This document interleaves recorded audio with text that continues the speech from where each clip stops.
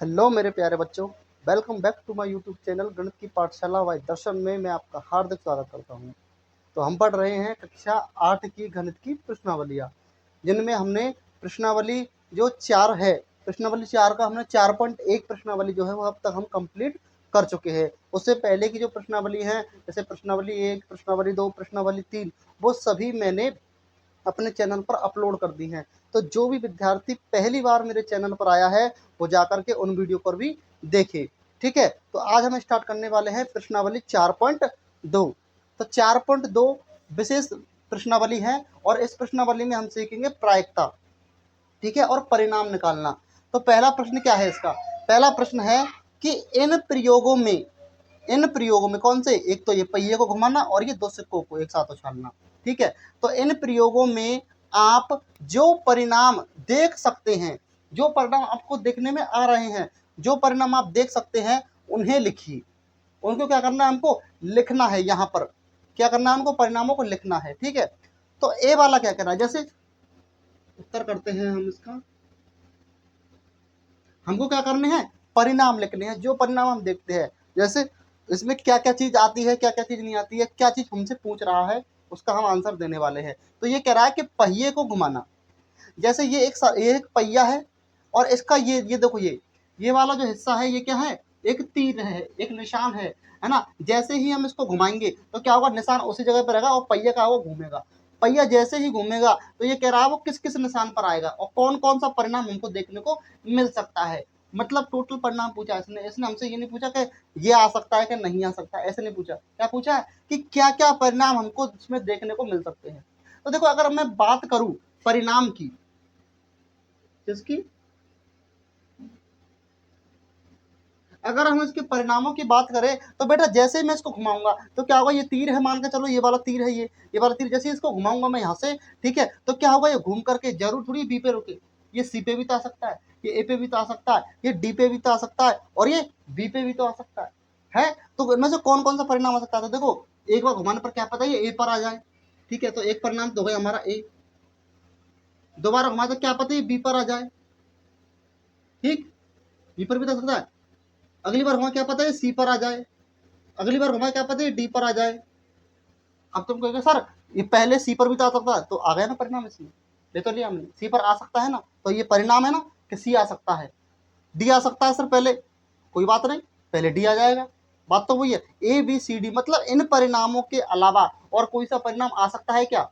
नहीं आ सकता। आप कहोगे सर दो बार ए है, तो ए ले तो लिया मैंने, ए अलग अलग थोड़ी होता है कि एक ये है, ये दूसरा ए, तीसरा ए, ऐसा थोड़ी होता है। ए तो एक ही होता है ना, एक ही है ना। तो मैंने ये सारे परिणाम इसके ले लिए है। इनके अलावा कोई और परिणाम जैसे ई आ सकता है क्या हमारे पास? नहीं आ सकता। क्यों? क्योंकि इस पहिए में हमारे पास में ई है ही नहीं। तो हमारे पास में जो परिणाम, जो हमारे पास में दिया गया है उसी में से हमको परिणाम निकालने हैं, जो टोटल परिणाम आ सकते हैं। इनके अलावा कोई और परिणाम आ सकता है क्या इसमें? बताओ, पहिए को घुमाने पर नहीं आ सकता। ठीक है, तो हमारा इसका आंसर यही होगा कि परिणाम क्या निकलेंगे कि ए बी सी डी। मतलब पहिए को जब हम घुमाएंगे तो ए बी सी डी इनके अंतर्गत ही कोई ना कोई सा आ जाएगा, बाहर वाला कोई और नहीं आएगा।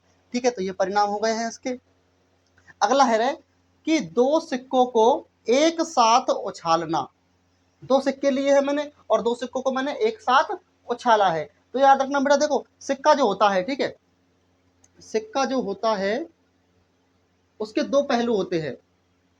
सिक्का जो होता है उसके दो पहलू होते हैं। एक होता है हेड, एक होता है हेड और एक होता है टेल। यही होता है, एक होता है हेड और एक होता है, सॉरी मैं यहीं पे बना देता हूँ, एक होता है हेड और एक होता है टेल। हेड और टेल यही होता है, चित और पट यही होता है। ठीक है, तो एक सिक्का ये रहा और एक सिक्का ये रहा। अब मान के चलो, अब हमको क्या करा है कि अगर ये दोनों सिक्कों को मैं एक साथ उछालूं तो क्या परिणाम आएंगे? तो क्या परिणाम आएंगे बेटा हमारे पास में? देखो, अब अगर मान के चलो मैंने एक बार उछाला, ये दोनों सिक्के एक साथ उछाले, अब एक साथ उछालने पर क्या पता दोनों हेड हेड आ जाए, दोनों ही सिक्कों का क्या आ जाए? हेड हेड आ जाए। आ सकता है ना? तो दोनों सिक्कों का हेड हेड आ जाए तो एच एच हेड हेड आ सकता है एक साथ उछालने पर दोनों सिक्कों को। अब अगर मान चलो हेड हेड नहीं आएगा, दोबारा उछाले तो क्या पता टेल टेल आ जाए, पट पट आ जाए दोनों का। तो टी और टी, टेल टेल भी आ सकता है। क्या पता एक का हेड आ जाए और एक का टेल आ जाए। भाई पहली बार उछाला दोनों का हेड आ सकता है, दूसरी बार उछाला दोनों का टेल टेल आ सकता है। अब की बार क्या पता एक का हेड आ जाए और एक का टेल आ जाए, ये तो हो सकता है, एक का हेड आ जाए और एक का क्या आ जाए बेटा, टेल आ जाए, ये हो सकता है। अगली बार क्या होगा, फिर दोबारा उछालेंगे, फिर दूसरे का एक का टेल और दूसरे का क्या आ जाए, हेड आ जाए, एक का टेल और दूसरे का क्या आ जाए, हेड आ जाए। तो 1 2 3 4। अब कोई और परिणाम है क्या जो हमारे मिल सकते हैं इसको, 1 2 3 4 इन परिणामों के अलावा? या तो हेड आ सकते हैं, या टेल टेल आ सकते हैं, या फिर हेड टेल आ सकता है, या फिर टेल हेड आ सकता है। इनके अलावा कोई और परिणाम आ सकता है क्या? चित चित आ सकते हैं, पट पट आ सकते हैं, चित पट आ सकते हैं, या पट चित आ सकते हैं। इनके अलावा कोई और परिणाम है? तो सर जी उछालने पर चित और पट आ गया, तो हाँ, तो ये रहा ना चित और पट। सर चित चित आ गए, सर चित चित ये रहे, सर पट पट आ गए, तो सर पट पट ये रहे, मतलब टी टेल। ठीक है, ये पट और चित, तो 4 ये परिणाम है, 1 2 3 4, तो टोटल परिणाम हमने लिख दिए, ये 4 परिणाम है, इनके अलावा कोई सा परिणाम नहीं आने वाला। ठीक है, तो चारों परिणाम इसके हो गए हैं कि 2 सिक्कों को छानने पर क्या परिणाम आएगा, सर ये परिणाम आएंगे, ये टोटल परिणाम है इसके। ठीक है, तो ये वाला प्रश्न अपन का आराम से आसानी से हो गया। बहुत ही मजेदार प्रश्नावली है ये, आपको समझने में भी और आपको करने में भी बहुत अच्छी प्रश्नावली है। ठीक है, तो ये सवाल हमारा कंप्लीट हो चुका है पहला। अब चलते हैं हम इसके दूसरे सवाल पर। दूसरा सवाल क्या कह रहा है कि जब एक पासे को, पासा जानते हो, डाइस होती है, जैसे आप खेलते हो ना, लूडो खेलते हो, ठीक है, लूडो खेलते हो ना, है ना, तो जब एक पासे को फेंका जाता है तो पासा कैसा होता है? पासा होता है बेटा, देखो जैसे आपने देखा होगा,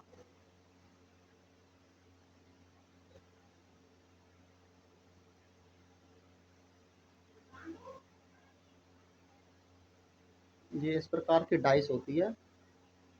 ठीक है, इस प्रकार का क्या होता है बेटा, ये पासा होता है, ये पास होता है। एक के ऊपर इसमें क्या होता है, एक साइड होती है इसमें एक साइड होता है इसमें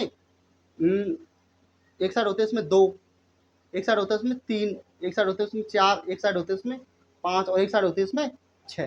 ठीक है, तो ये होते हैं अपन के पास में 1 2 3 4 5 6, किसमें, पासे में। तो जब एक पासे को फेंका जाता है तब निम्नलिखित प्रत्येक घटना से प्राप्त होने वाले परिणामों को लिखिए। ये जो घटना घटित हुई है, ये जो घटना घटित हुई है, इनसे जो हमको परिणाम मिलता है वो परिणाम कौन कौन से हैं? तो ये कह रहा है कि एक, पहले का ए है कि एक अभाज्य संख्या 500 के ऊपर फेंका गया और उससे क्या आनी चाहिए, एक अभाज्य संख्या आनी चाहिए। अब देखो अभाज्य संख्या कौन सी होती है, अभाज्य संख्या होती है इनमें कौन कौन सी होती है, एक तो 2 होती है, अभाज्य संख्या होती है 2, एक 3 होती है, एक 3 हो गई अभाज्य संख्या, और एक कौन सी होती है, 5। तो यही तो अभाज्य संख्या होती है डाइस में, यही संख्या होती है ना भाज्य। और कोई संख्या आ सकती है क्या भाज्य, बताओ मुझे। ये देखो ये भाज्य है, और एक जो होता है ना तो वो भाज्य में आता है ना भाज्य में आता है, तो इसलिए हम किसको लेते हैं, इसको भाज्य संख्या के अंतर्गत ले लेते हैं। ठीक है, तो 2 3 और 5 ये क्या है, हमारी अभाज्य संख्या। इन्हीं में से आ सकता है ना कोई, ये कह रहा है ना कि एक अभाज्य संख्या क्या आनी चाहिए, अभाज्य संख्या ही आनी चाहिए। तो अभाज्य संख्या कौन सी आ सकती है, 2 आ सकता है, 3 आ सकता है, और 5 आ सकता है। तो यहाँ पे हम लिख देंगे क्या क्या आ सकता है हमारे पास में, 2 आ सकता है, 3 आ सकता है, और 5 आ सकता है। अभाज्य संख्या वाली डाइस आनी चाहिए। ठीक है, तो 2 आ सकता है, 3 आ सकता है, फिर 5 आ सकता है। पहले का बी, ये हो गया। अब बी करते हैं, एक अभाज्य संख्या नहीं।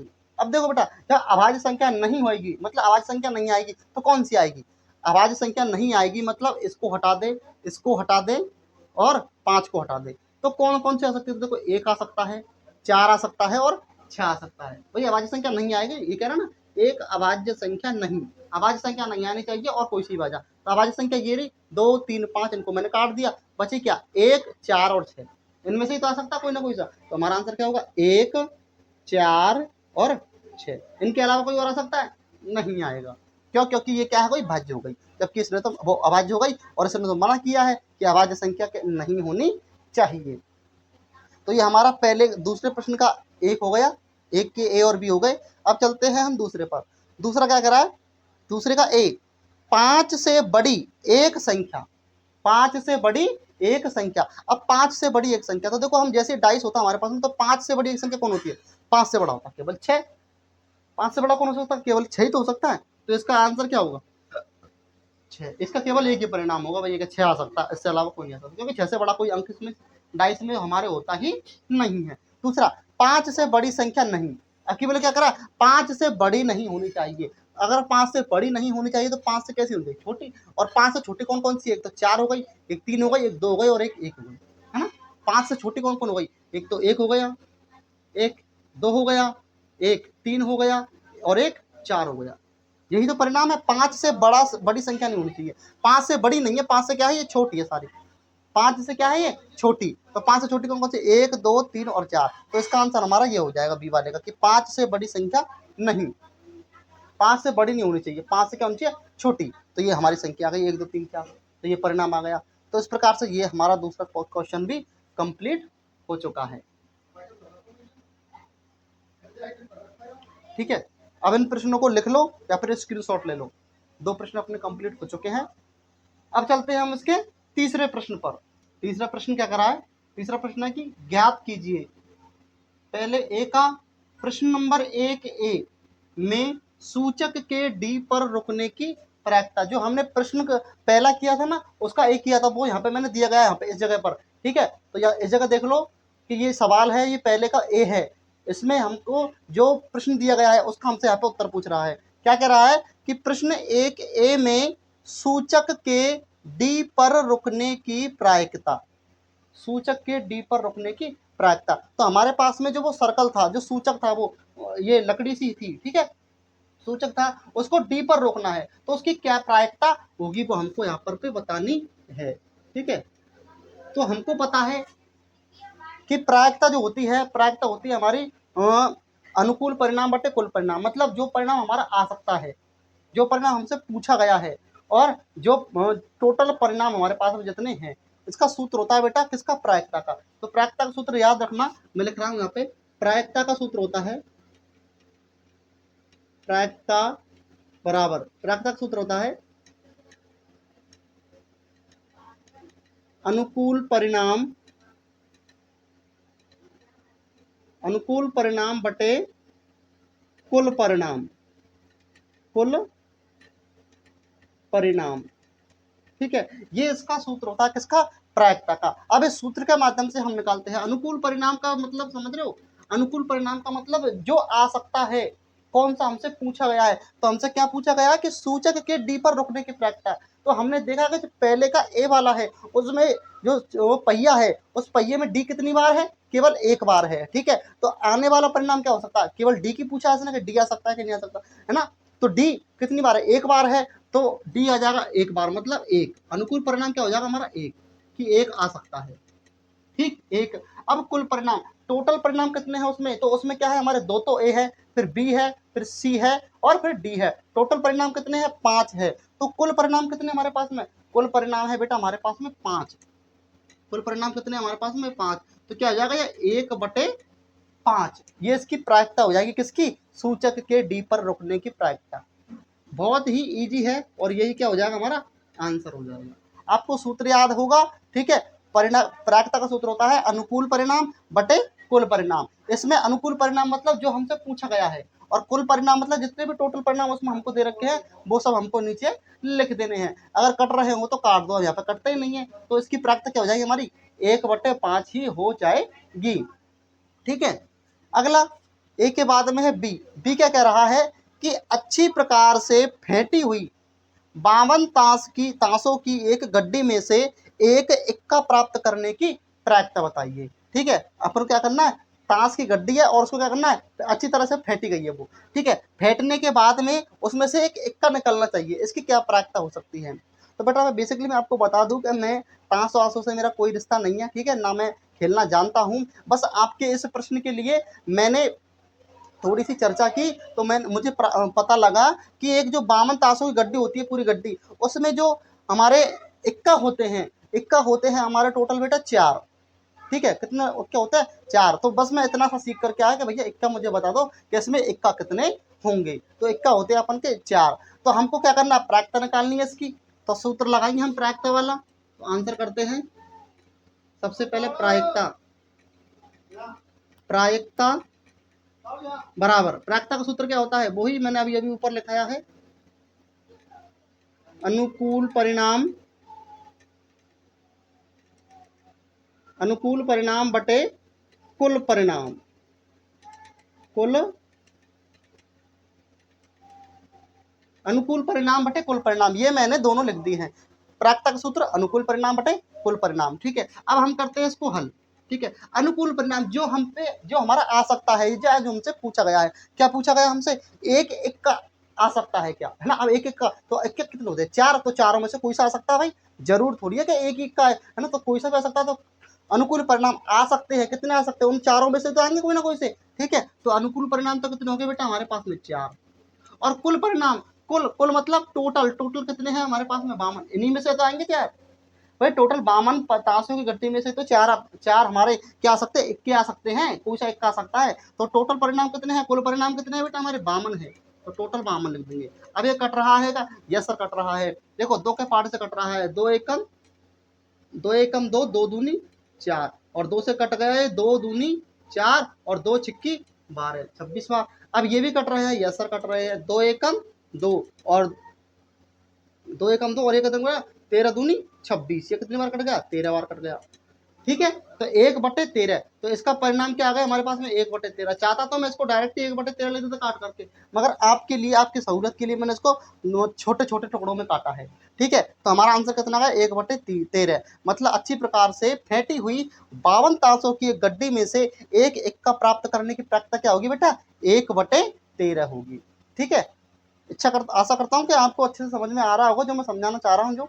ठीक है, अब इसका लास्ट वाला करते हैं हम, सी क्या कह रहा है कि एक लाल सेब प्राप्त करने की प्रायिकता।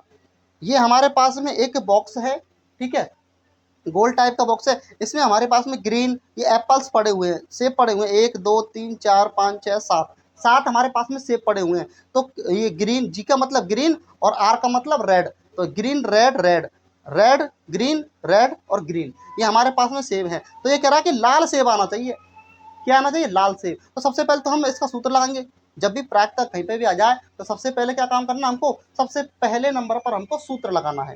ठीक है, लगाते हैं हम सूत्र। आंसर प्रायिकता,